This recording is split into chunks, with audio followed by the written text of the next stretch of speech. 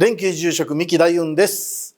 本日はですね、ちょっといつもとなんか雰囲気が違うと思うんですけれども、今回実はこのチャンネルもとうとうですね、ちょっとゲストの方に来ていただいて、いろいろなお話を伺おうというふうに、考えております。で、もちろん怪談もそうなんですけれども、都市伝説であるだとか、あるいはちょっと仏教的な人生のなんか指針になるようなお話をしていただいたり、いろんな方ゲストにお迎えしてこれからやっていきたいなと思うんですけれども、もう今回第1回ということで、実はですね、今この場所っていうのがホリプロさんに来させていただいておりまして、実は昨日ちょっとテレビの撮影があった時に、もう私がお願いするなら、一番最初この方にぜひお願いしたいなと思ってた方と、テレビでご一緒させていただきまして、じゃあちょっと急遽申し訳ないですけれども、スタッフさんと事務所をお借りするという、大変、ご迷惑をおかけしながら、それでもゲストに、出ていただくということでお願いしたらもう快諾してくださいましたので、今回第1回目は島田秀平さんに来ていただいております。お願いいたします。おどうぞよろ邪魔いたします。しくお願いいたします。もう、いやもう恐縮です。いや、とんでも、こちらこそもう、この島田秀平さんに、まさか、出ていただけるとは。いや、もう何ですか、付き合いも長いですしね。そうですね。僕はもうね、三木さん、そしてね、三木さんのマネージャーさんの大ファンですから。ありがとうございます。なんか、いつも会うたんびに褒めていただいて。ありがとうございます。いや、本当に皆さんお邪魔します。お願いいたします。ありがとうございます。よろしくお願いいたします。すいません。嬉しいです。いや、もう本当こちらこそ恐縮なんですけれども。なんでそんな恐縮？いや、もう本当にこんな有名な方、普通なかなか出ていただけないですから。恐縮しすぎて、三木さん今日めちゃめちゃテカってますからね。そうなんですよ。汗がすごくて、恐れ多くても、あれなんですけども、もう早速なんですけど、ちょっと島田秀平さんと実は私の、つながりからお話しさせていただくと、怪談グランプリっていう関西の番組がありまして、最初それが、そうですね。もうそれこそもう10年以上前ですよね。そうですね。はい。私が多分ね、2010年だったと思うんですよ。秀平さんと初めてお会いさせていただいたのが、それから私はどんどんと太っていってしまってるんですけど、いや僕もね、全くお変わりなく。いやもう印象としては、こんな腰の低いお坊さんいるんだっていう。いや、そうですか。もう、スタッフさん、ね、出演者の人、もうそこにいる全員の方に、お願いいたします。もう今日頑張りお願いします。お願いしますってもうね、挨拶して回られて、で、なんかね、すごくこう、素敵な人の方だなと思ってましたけども。ありがとうございます。で、島田秀平さんといえばもうお怪談巡り、チャンネル登録者数がもう今もうすごい人数おられるので、あれですけれども、もうこれをご覧の皆様も私のチャンネルの方の登録者数の方が下なんですけれども、もしですね、まだお怪談巡り見てられない方がおられたら、ぜひチャンネル登録を、よろしくお願いいたします。私のチャンネルの方も登録していただければ嬉しいです。ということで、早速なんですけれども、ちょっと怪談話を、早速いただきたいなと思いまして。一応ね、今回、そしてね、いつかわかりませんが、次回あたりにですね、ちょっと2本、ちょっと今日、どうしてもね、聞いてほしい話を持ってきてるんですけども、やっぱり三木さんですから、もうね、今回は、まず三木さんに、どうしても見てほしい写真、ちょっとそういうのをいくつか持ってきましたので、ぜひね、ちょっと話とともに、ちょっとご見解をね、伺いたいと思うんですよ。で、まずですね、僕もいろんな怪談聞く中で最近怖いなと思うのが、例えば人間のような幽霊が見えたとか、そういう話もあるんですが、どうやらそれ以上に、もしかしたら怖いかもしれないのが、黒いもや。それも漆黒の何か人型のようなもやみたいな、なんかそういうものが見えるとかなり危険だし怖いって話よく聞くんですね。例えば病室で死期が近い亡くなる方が黒い影がわーってこの辺をねたくさんこう動いてたなんて話も聞きますし、あとは何かこうすごく危険な目にあった時に命からがら助かったらファッとそこを黒いもや影が通っていったとか、あとはもうそれこそ写真なんか撮った時に黒いもやが写っててその方が後日良くないことがあったとかっていう、何かその黒いもやっていうのは何かその悪意とかそこにいる無念の霊の集合体みたいな。で、次に次にどんどんいろんな犠牲者を引き込もうとしているような怖い存在なんじゃないのかなと。でもしかすると死神のような存在なんじゃないかなって最近思うようになってきたんですね。そんな中ですね、僕オンラインサロンやってるんですが、その中で去年の年末にある方が長野県の、もみじがとても綺麗な、観光名所に行ったんですよ。でその時にバーッとこう通りがあったんで、そこの景色をカシャッと撮った時に、ちょっと変なものが写ったという写真を見ていただきたいんです。本当にすみません。いやいやいや、とんでもないです。その写真がですね、こちらなんですよ。こちらですね。すみません。はい、ありがとうございます。ちょっとお借りします。もみじがこうね、あってというところで、で、通りなんですね。わかります？わかります。左側の方に向こう側に歩いている女性がいるんですね。でこの方何も抱っこもしてないし、ただ普通に歩いていた女性らしいんです。で写真を撮った方とは面識がないので、この方がどういう方か、そしてこの方がこの後どうなったかはわからないんですけども、やっぱその女性のまず左側あたりに何か見えますよね。ありますね。光った感じで。光がまとわりついてるような。なんかそれこそ人なのか妖怪なのかみたいな。そうですね。で、ここに目が行くんですけども、この奥ですね。そうなんです。今僕が最初から話してるのは、この女性ここに光り輝くような人間のようななんかこう紐みたいな引っ掛けてるように見えるのもいるんですけど、前側に黒い影映ってません？いますね。でなんかその黒い影がこの女性にぐっとしがみついてるかのような。しがみついてるように見えますね。この女性も何にも別に抱っこも誰もしてないんですよ。なんかまさに僕がそう聞いていたような黒いような物体、漆黒の存在みたいのが写ってる写真だなと思ったんですが。確かに。これミキさん、これどういう写真になるんでしょうか？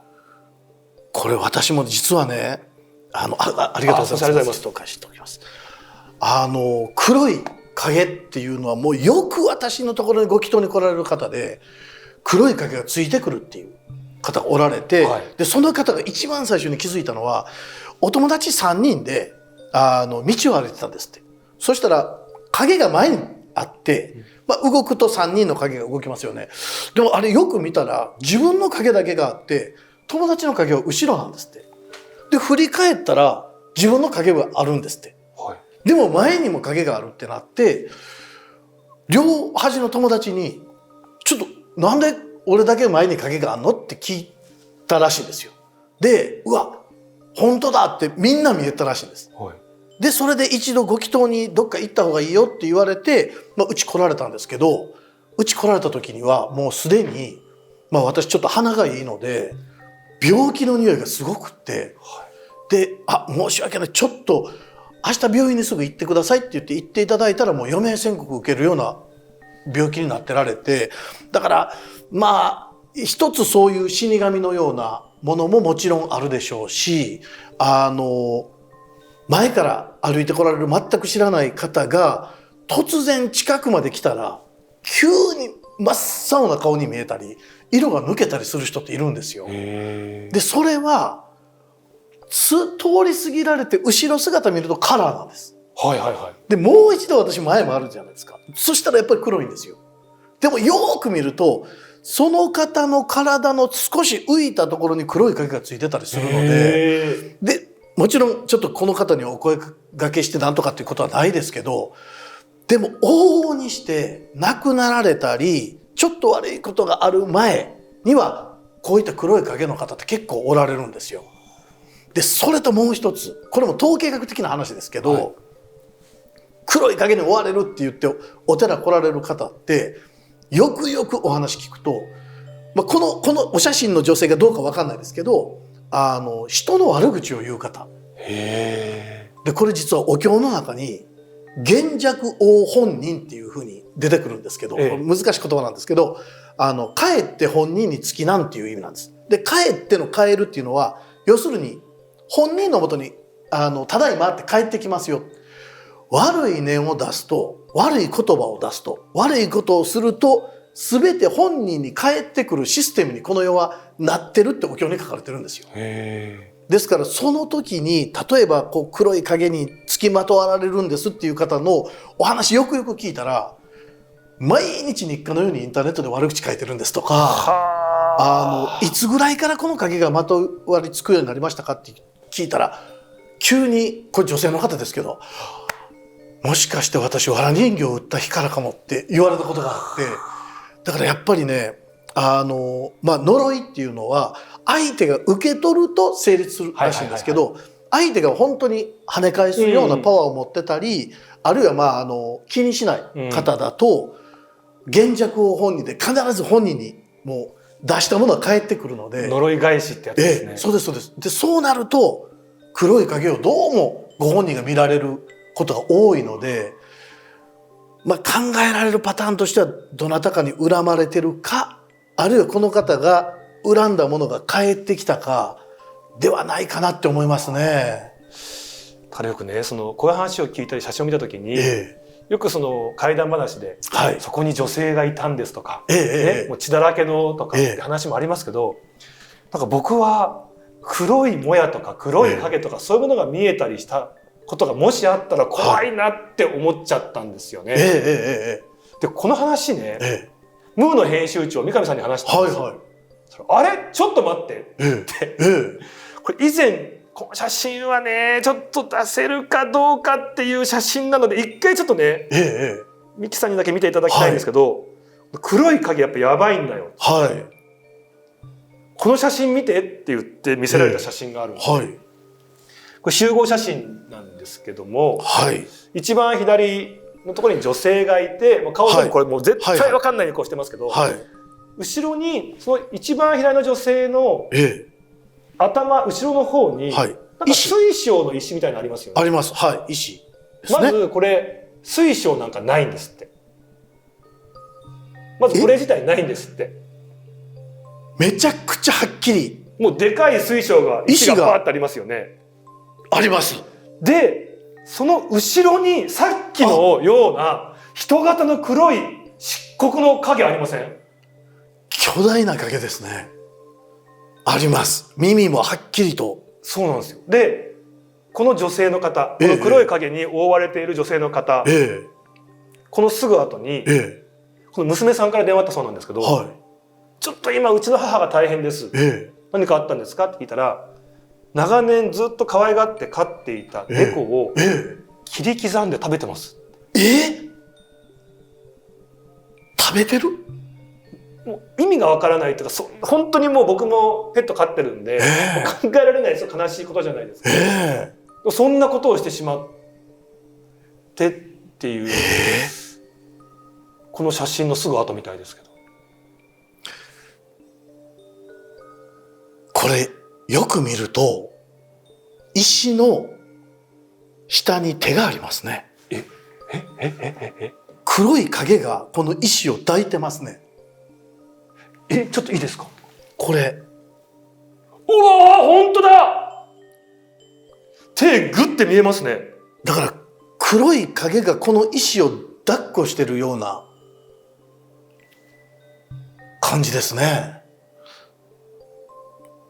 でもこれがもし水晶のようにも見えますよね。だって違うのかもしれないですね。私水晶じゃないように思いますね。何これ？何なんでしょう。なんかちょっと私も初めて見るお写真ですね。石を抱えてるような、しかも黒い手ですよね。黒い手ですね。爪も見えますよね。何なんだろう。ただね、これちょっとこれがっていうわけではないですけど、小動物を攻撃するでそれをまた食べてしまうというふうな、猫ちゃんなんてもう特にそのありえないですけど、たまにこうなられる方って結構ね、私の今までの経験から言うと動物の関係の例で、例えばなんですけどこっくりさんってありますよね。あれされる方で、あれをもう非常にもう毎日のようにされてる方がいて、もうなんか予言が当たるんですとかってされてたそうなんですけど、その方最終的に小動物をバラバラにして食べて、でちょっと法に触れて逮捕されたんですけど、その方はしきりに若い方なんですけど、お母さんに黒い影が見える黒い影が見えるっていうことはよく言ってたそうなんですよ。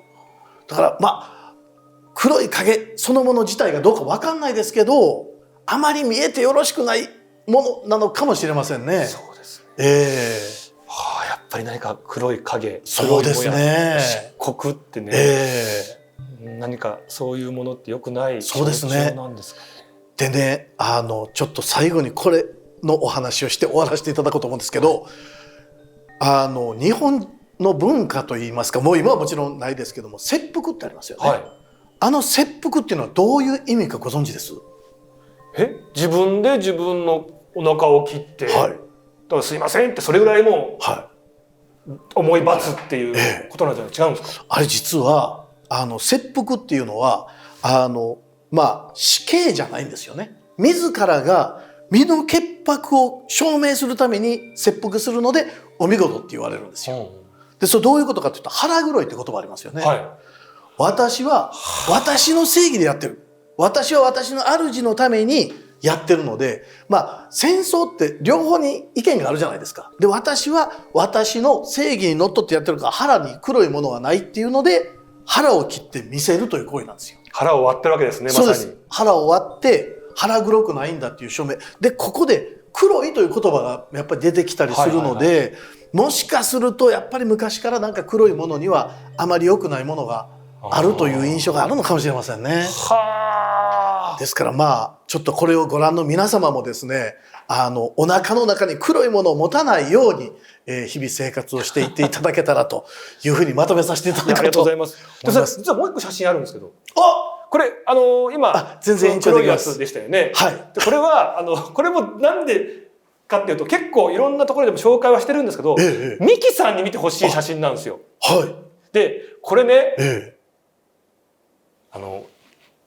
お坊さんに神社の話ってありなんですか？全然大丈夫ですか？神社も全然特にうちの宗派は神社行き来も全然あります。そうですか？もちろんです。これ自分の実体験なんですが、去年ですね、10月ぐらいに石川県の能登半島に旅行に行ったんですね。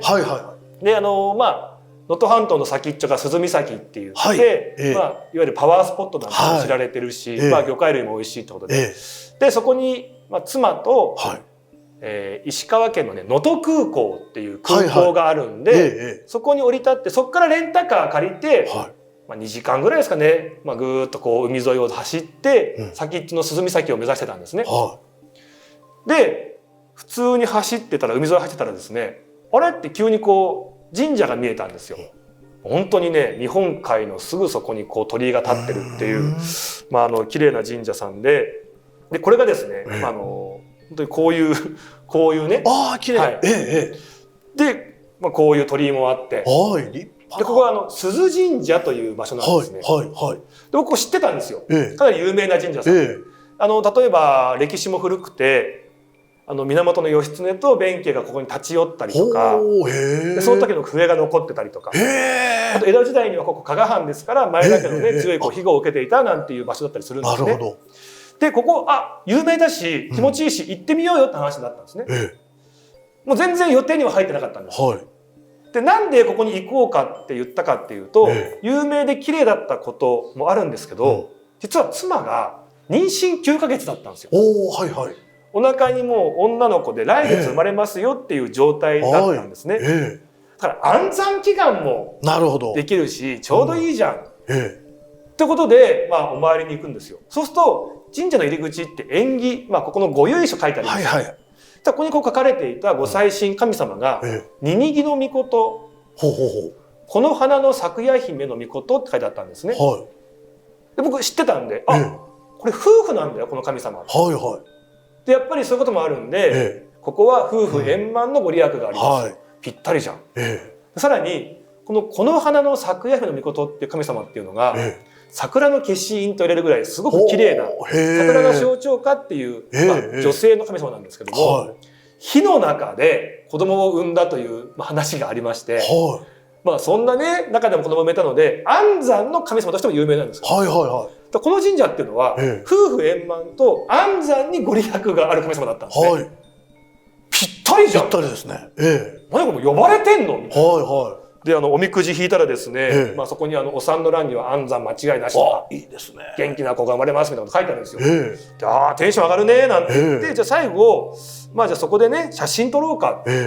本殿を前に、まあお腹の大きな妻、写真を4枚カシャ、カシャ、カシャ、カシャって撮ったんですね。とそこに、ちょっと変なことが映ってまして、それ見てほしいんです。ちょっといいですか。これ右側にやっててください。カシャ、カシャって。カシャ。右ですね。あ、右。口。カシャ。4枚カシャ。カシャ。なんか、全部、お腹のあたりに、なんか映ってるんですよ。映ってます。で、なんか白い点みたいなやつだから、あ、これオーブ、いわゆる、なんか、神様がさ、お腹に来てくれたんじゃないなんてことで、ちょっといいねって思ってたんですけど、後日、それを見返したときに、そこの白いオーブのような点を拡大したんです。これ移動してますからね。拡大するとどうです？すごい！桜。花びらなんですよね。花びらですね。すごい。全部花びらの形になってて。これはめでたい。で、まあさっき言っていた、この花の咲くや姫というのは桜の化身だってことがあったので、なるほど。もしかしたらそういうこともあるのかなと思ったんですけど、ちょっといいですか？それとですね、この神社、神門ってあるじゃないですか。神門がですね、これなんですよ。本当。梅鉢。これは素晴らしいですね。これにもそっくりだなと思って。で、さらにですね、ちょっと思ったのがですね、このさっきお腹に映った花びら、これ全部4枚とも花びら下向いてるんですよ。5つのこうね花びらがあるんですけど、全部こう頂点が下向いてるから下を花びらが向いてるんです。お腹の中だから赤ちゃんってこう下向いてるよなと思って。すごい。これってすみません住職にずっと神社の話してますけど、こういうお写真っていうのはどういうことなんですか？実は私もそれと似たような写真を持ってまして、私ねお経をあげてる時に写真を撮られるってまずないんですよ。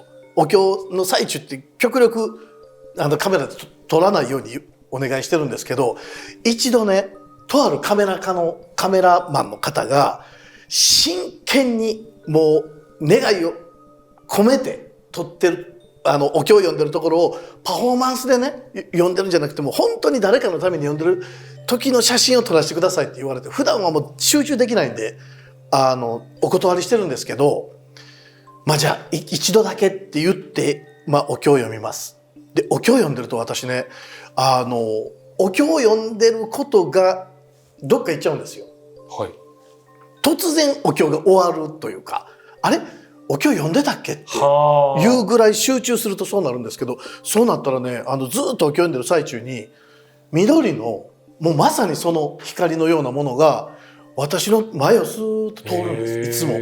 でこの光にいろいろお話を聞いたりこの光にお願いをしたりして、でその光がいいよってなるとやっぱ反応するんですよ。でこれがね私も写真に撮れてそっくりです。花びらの形してるんですか？いやそれはねいつも丸いぼやっとした光なんですけど、色は全く一緒です。緑色の。でたまに私もスーッとここに入ってきたりここから出て行ったりお経の最中いろいろするんですけど、その間ずっと緑の光を追ったり緑の光と会話をしたりしてて、気が付くとお経終わってるっていう。体と魂がちょっと別個になっちゃってる。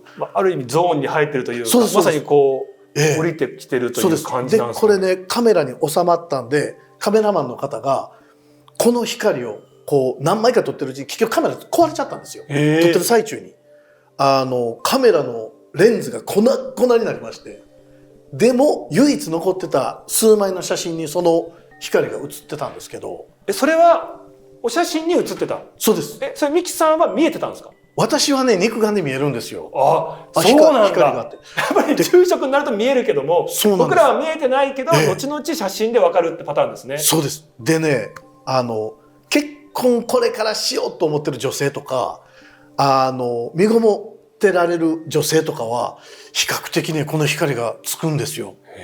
で、もしかして結婚考えてられますかとか、もしかして妊娠されてますかってお聞きすると、大体そうですって言われるんですけど、まさにその光がね、もしかするとなんか赤ちゃんを守ってられるのかもしれませんね。なんか神社に限らず、お寺さんでも何かそういうような合図みたいなことってあるんですね。ありますね。よく神社で言うのが、お参りをした時に風が吹く、布かなんかがこうめくれたりすると、これはいい合図なんですよって話があるみたいなんですね。ありますね。で、自分の方から向こうに吹くと、これは願い風といって、願いが届いた証。向こうから吹いてくると神風といって、神様がその願いを叶えてくれる証という縁起のいい合図なんだって話があるじゃないですか。で、実際にある女性アナウンサーの方がお参りをしたところ、ブワーって向こうから風が吹いてきて、実はその方っていうのは翌日結婚発表を控えてたみたいな話もあるんですよ。なんかやっぱりそういう何かその時に起こるいろんな自然現象っていうのは何か合図なんですかね。もう私はね、これもよく言うんですけど、神や仏と会いたいっていう方結構おられるんですけど、この神や仏っていうのは私はイコール自然だと思ってて、もうね、自然そのものが神や仏なんです。で、これに気づいていくと、本当の神や仏の形が見えたり、光の玉が見えたりするんですよ。ですからもう本当、周りの自然とか、道を歩いてて土の上を歩いてる時も、本当に神様の上を歩かしていただいているという気持ちで歩くようになってくると、本当に変わってきます。それってもうだから最初は思い込みでもちょっといいんですかね。そうです。思い込みでいいです。例えば想像でいいです。外歩いていて風がふーっとそよ風吹いた。気持ちいい。これきっと神様が。そうです、そうです。おはよう、こんにちはなんて言ってくださったのかもしれないな。そうなんですよ。わっと木漏れ日が来た時に、すごい綺麗だな。これもしかしたら何かの合図かもしれないな。っていうふうに自分でこうどんどん思っていくことが大事なんですよ。もうおっしゃる通りで。で、実はこれが私たちの不幸を回避する方法なんです。もうすべてのものには神や仏が宿ってるんだっていうことを心底理解することで、この世がガラッと変わるんです。で、なぜ、これまたちょっとあえて言わせていただくと、お経の中に全部未来が書かれてるんですよ。で、私は実はもう、疫病が来ますって言ってて、まだその前の年にはみんなに笑われたんですよ。そんな病気が来るとかまたって言われてたんですけど、やっぱりコロナが来て、で、コロナが来た後どうなりますか聞かれて、次はどこかの国で戦争が起こります。言ってて戦争が起こって。で、次に起こるのが内乱。で、そういう、政治の、ことで揉めたりするということが次に起こるというふうに、段階がずっと書かれてるんですけど、最後は、もう、この世の中潰れてしまうんですよ。お経の中にそう書いてあるんです。で、そうならないためにどうするかというと、やっぱり神や仏の存在を私たちが、肯定していって、やがて神や仏の存在を近くに感じられた時に、この世はまたガラッといい世の中に変わっていくので、もうね、ぜひそれを皆さんに知っていただきたいんですよね。このまま行ってしまうともう滅んでしまうかもしれない。滅びます。今のままだと滅びます。本当にお経に書いてある通りのことになっていってるんで、またこれもどっかの回でぜひそれこそ周平さんとさせていただければ、ぜひね。それを回避するためには、僕らが何をすべきなのかとか、どういう気持ちでいることが大事なのかっていう回をもうこれ絶対やってください。そうですね。一番今大事なことですよね。でちなみに、怪奇妙法伝という番組を私がさせていただいてて、この中ではこれ事細かに、お経のこの文章がこういう意味ですっていうふうに、やってるんで、また良ければちょっと怪奇妙法伝の方も見ていただけたらと思います。ということで、ちょっと、本当に長く時間お付き合いいただきました。ありがとうございます。写真で、やっぱりこう、どうしてもずっとミキさんに見ていただきたかったものだったので、ありがとうございます。いろんな見解いただけて嬉しかったです。いやこちらこそ本当にありがとうございます。